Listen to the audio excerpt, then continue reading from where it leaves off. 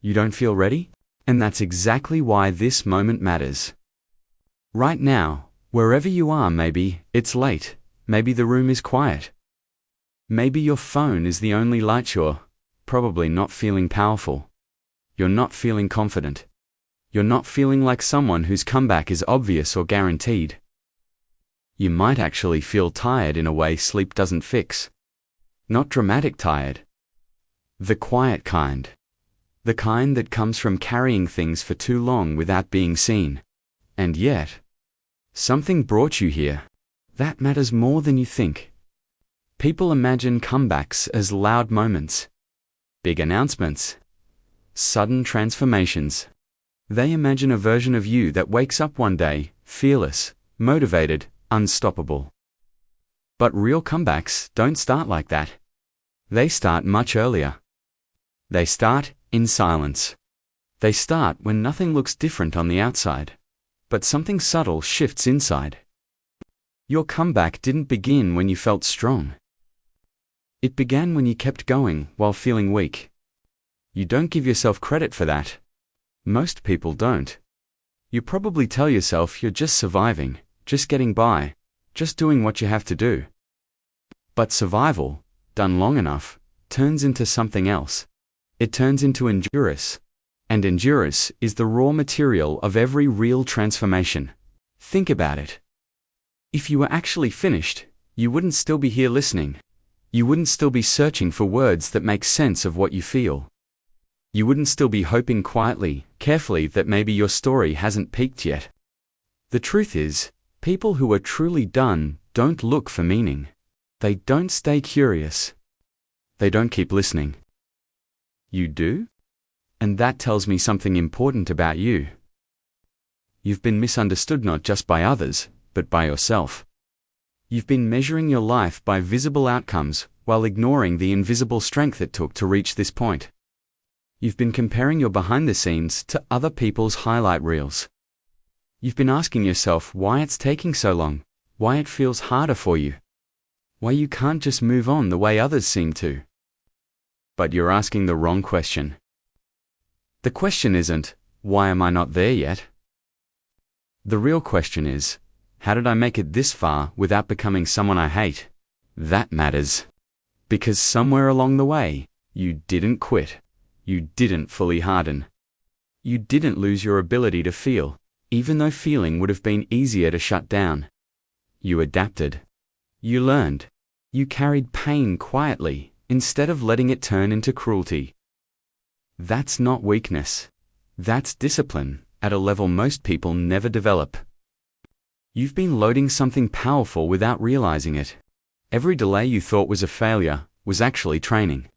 Every closed door that confused you was redirecting you away from a version of life that would have drained you faster than you realize. Every period where nothing seemed to move was building tolerance for uncertainty, for pressure, for disappointment, so that when things do move, you don't collapse under the weight of them. You think you've been stuck? But stuck things don't grow awareness. Stuck people don't evolve their thinking. Stuck lives don't question old patterns. There's a reason this phase feels uncomfortable. Growth rarely feels like forward motion while it's happening. It feels like shedding, like friction, like outgrowing spaces that once felt safe, but now feel suffocating. You're not lost here between versions. And that in-between space is dangerous for one reason. It tempts you to quit right before clarity arrives. Let me tell you something most people won't. The moment before momentum returns often feels like emptiness. Motivation drops. Certainty disappears. You start doubting the things you once believed in, not because they were wrong, but because your old identity can't carry you into the next chapter. So your mind tries to protect you by saying, maybe this is it? Maybe this is as good as it gets. Maybe I missed my chance. Those thoughts aren't predictions. They're symptoms of transition. You're standing at the edge of something unfamiliar. And your nervous system wants familiar pain instead of unknown possibility. That's human.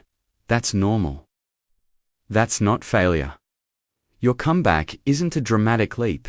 It's a loading screen. Quiet, invisible, frustrating, but necessary. You don't see progress because the work right now isn't external. It's internal calibration. It's your standards shifting. Your tolerance for nonsense dropping. Your patience for empty noise disappearing. You're becoming more selective not because you're scared, but because you're finally listening to yourself. That's why certain things don't excite you anymore. That's why distractions feel hollow. That's why shallow motivation doesn't work on you now. You're not broken. You're refining. And refinement always feels lonely. There's also something else you should know, something important. Your comeback won't look like other people expect. Some people are waiting to see you fail so they can feel better about staying the same. Some people only know how to relate to the version of you that needed approval, over-explained, overgave, over-tried. When you rise quietly, without permission, it will confuse them. That's okay. You're not here to perform recovery for an audience. You're here to rebuild a life that doesn't require you to betray yourself just to survive it. And that takes time. Right now, your job isn't to force confidence. It's to protect direction. To stop leaking energy into places that don't return it. To stop explaining yourself to people committed to misunderstanding you. To stop rushing clarity before your system is ready to hold it. Your comeback is already loading because you're still learning. Observing, choosing not to disappear, even when disappearing would feel easier. And if you stay just a little longer you don't sabotage. This quiet phase, by calling it failure, you'll start to notice something changing. Not all at once. Not loudly, but steadily. Something shifts after this phase. Not dramatically. Not in a way you can post or explain. It starts quietly, almost suspiciously, like the calm after a long internal storm. You wake up one day and realize you're not fighting yourself as much anymore.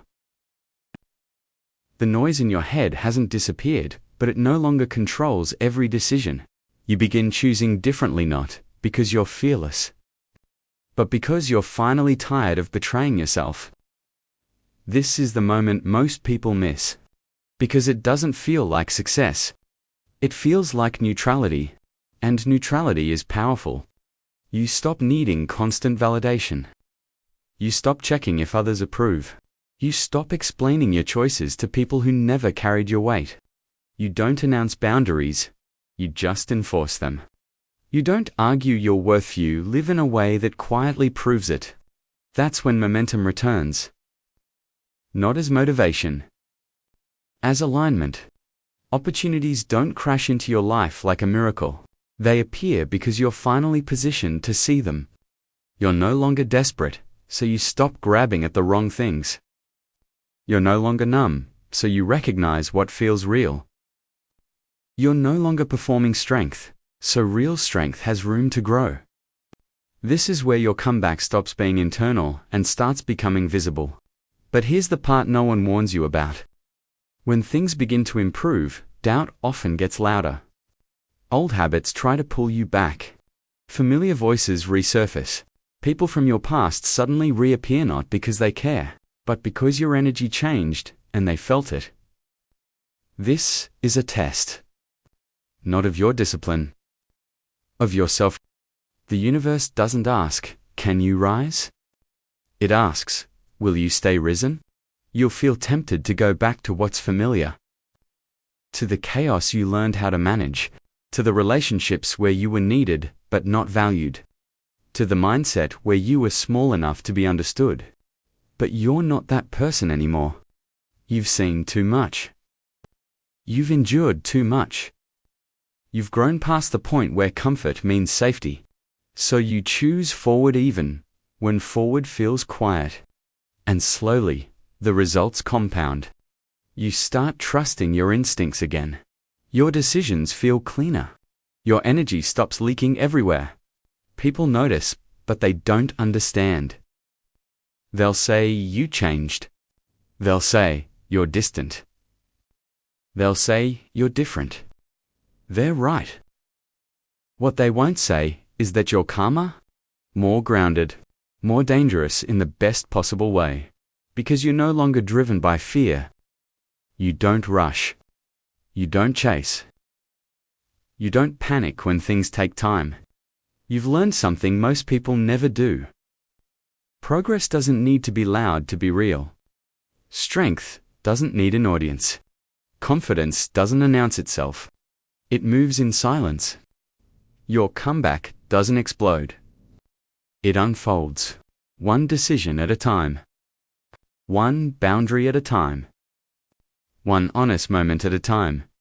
And then one day, without fireworks, without warning, you look back and realize something extraordinary. You're no longer surviving. You're choosing. Choosing where your energy goes. Choosing who gets access to you. Choosing a future that aligns with who you've become, not who you used to be. That's the real victory. Not proving people wrong. Not getting revenge. Not achieving something just to be seen. It's building a life that doesn't require constant recovery. You didn't miss your moment. You were being prepared for it. And now that preparation is complete, your comeback isn't coming. It's already happening. Quietly, steadily, on your terms. Stay with it. You didn't come this far to stop now.